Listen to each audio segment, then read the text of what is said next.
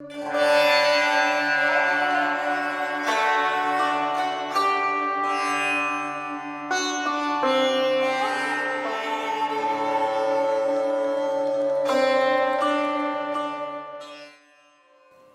morning, everyone.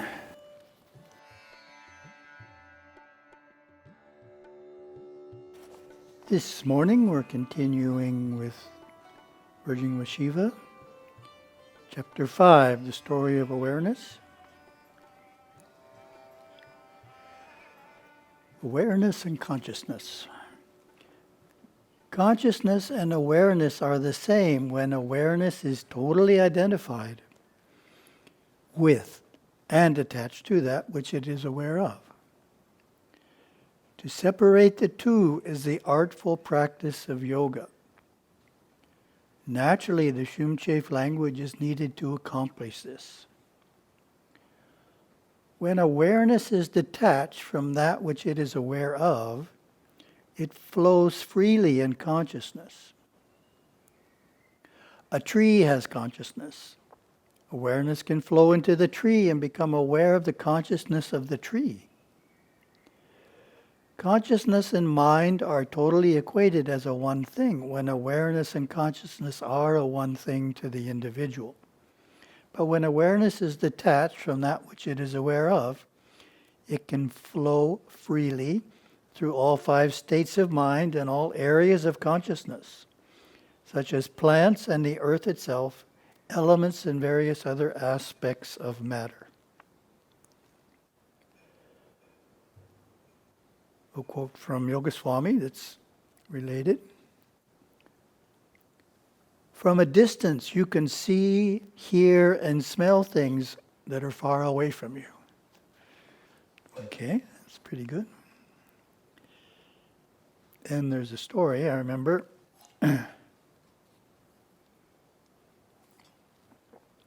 Gurudeva back in the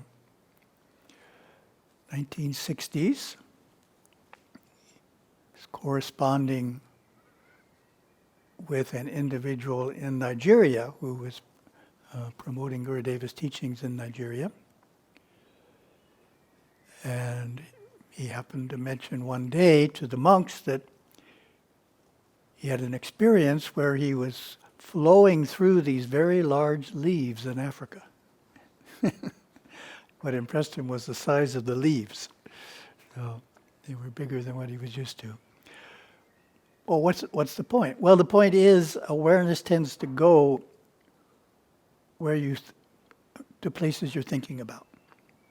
So in this case, Gurudeva was thinking about Nigeria, and so his awareness went there in this experience and happened to experience the consciousness of large leaves.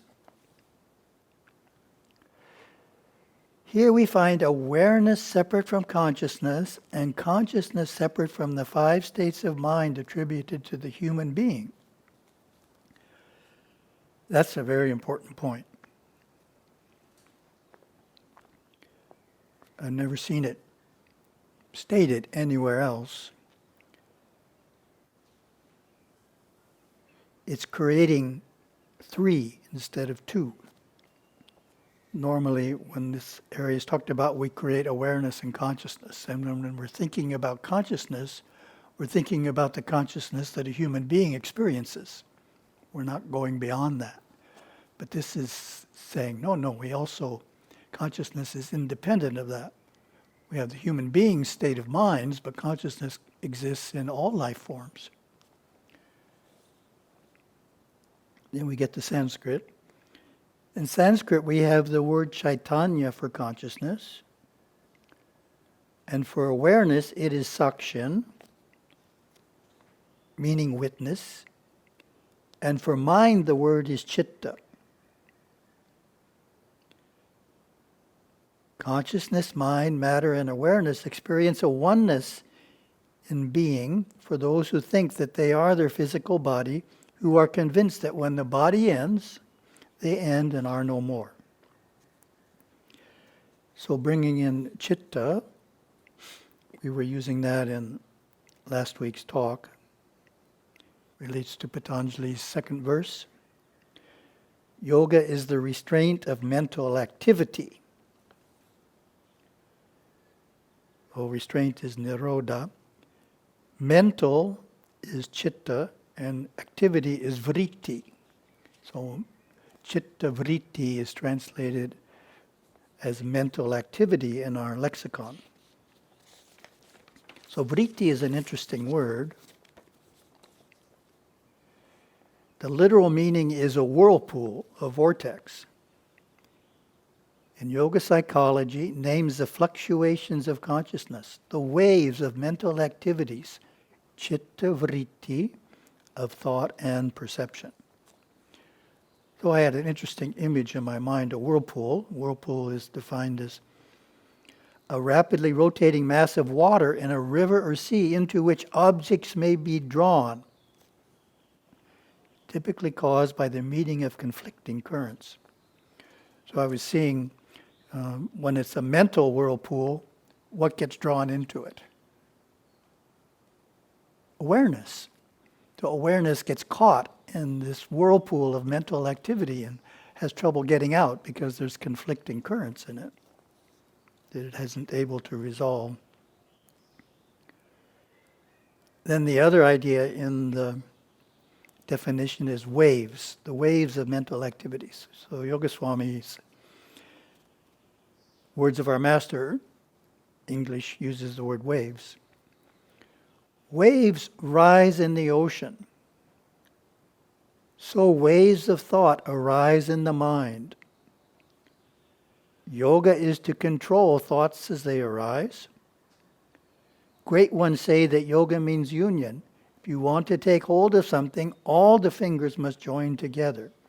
Similarly, in order to reach God, the mind must become one-pointed. And back to the lesson. We have three eyes. We see with our physical eyes, and then we think about what we have seen.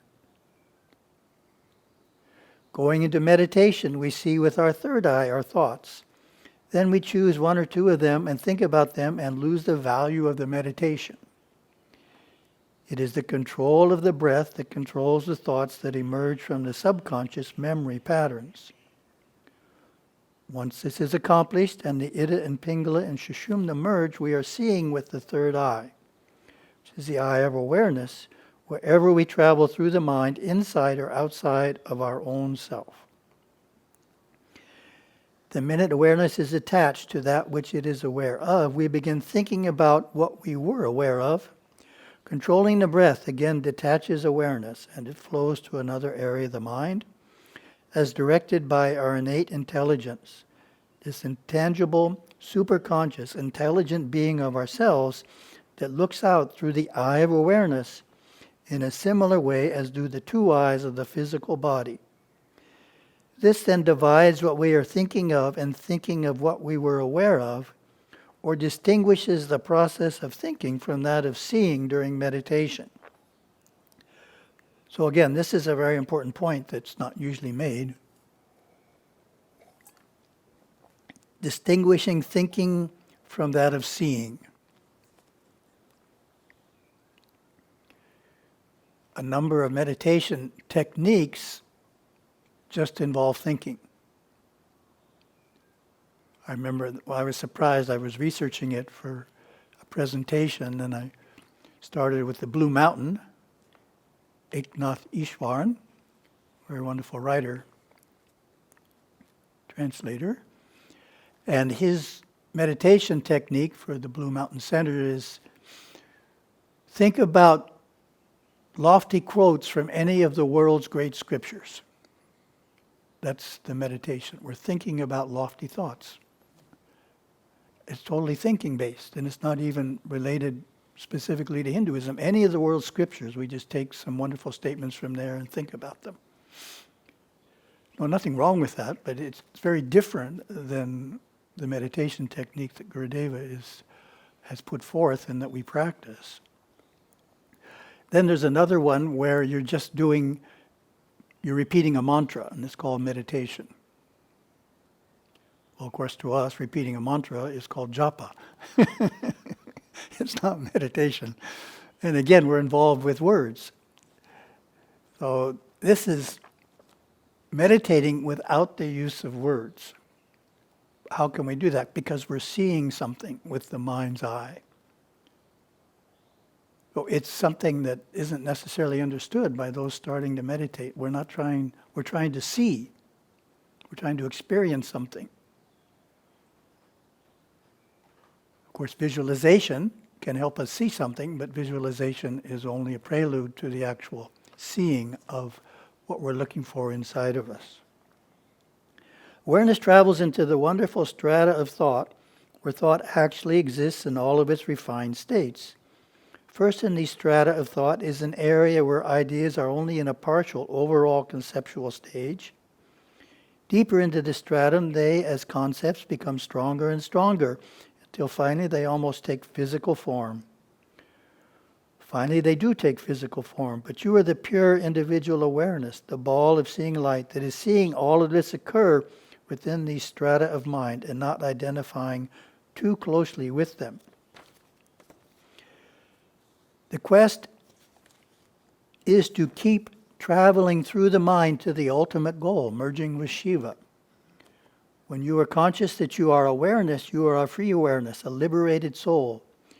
You can go any place in the mind that you wish. Next statement is very interesting. The mission is this: don't go any place. Turn awareness back in on itself and simply be aware that you are aware.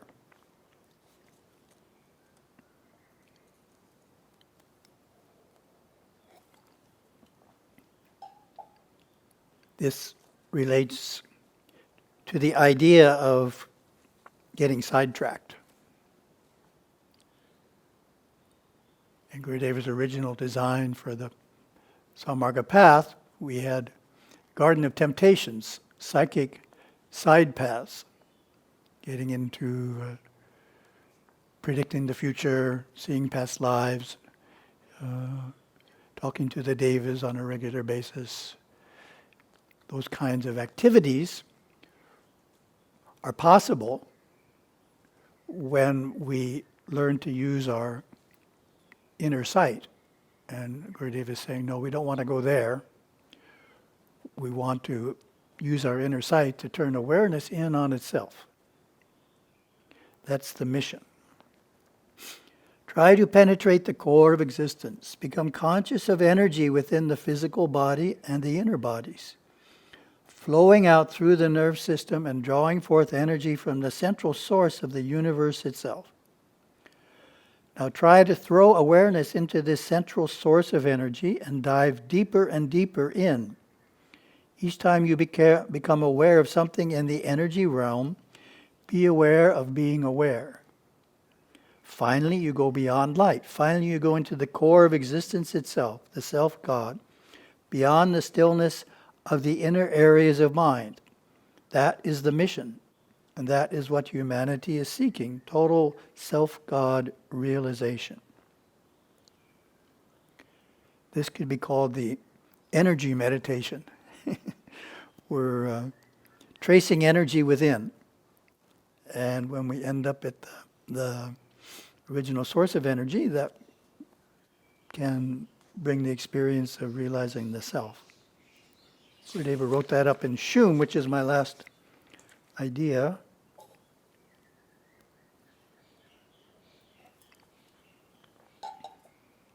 The energy meditation. Kashum, Nikashum, Shum, Nikashum, Bishum, Nikashum, I Bishum, Nikashum, and Hi I Bishum, Nikashum, right? You remember that. So Kashum is the guha, second dimensional word, the cave-like chamber where swamis, yogis, and sadhakas meditate, study, and sleep. Then we go into something non-physical, Nikashum, the art of withdrawing the energy into the spine through the use of pranayama.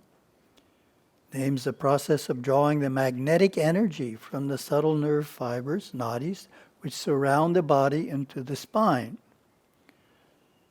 When a devotee enters meditation, the energy is drawn from the conscious mind into its subconscious. Then the energy of the subconscious is drawn into the sub-superconscious. When this happens, the devotee becomes conscious in the inner states of mind. Shoom Nika Shoom. Feeling the psychic heat while drawing. Feeling the psychic heat while withdrawing prana into the Ajna chakra. Bishum Nikashum. Withdrawing prana into the refined realms of the Sarasvara chakra through the use of pranayama, an advanced stage of pratyahara. I Bishum Nikashum. Withdrawing all odic prana into the actinic energy. So for those not familiar with Gurudeva's use of the word odic and actinic, the Sanskrit word, it can be rendered as ashuddha, odic, and shuddha, actinic. And the last one, hai I bishum nikashum, withdrawing the actinic prana into the self, the ultimate pratyahara. So that's our energy meditation in the Shoom language, which is same idea as in the last paragraph there in lesson Emerging with Shiva. Have a wonderful day.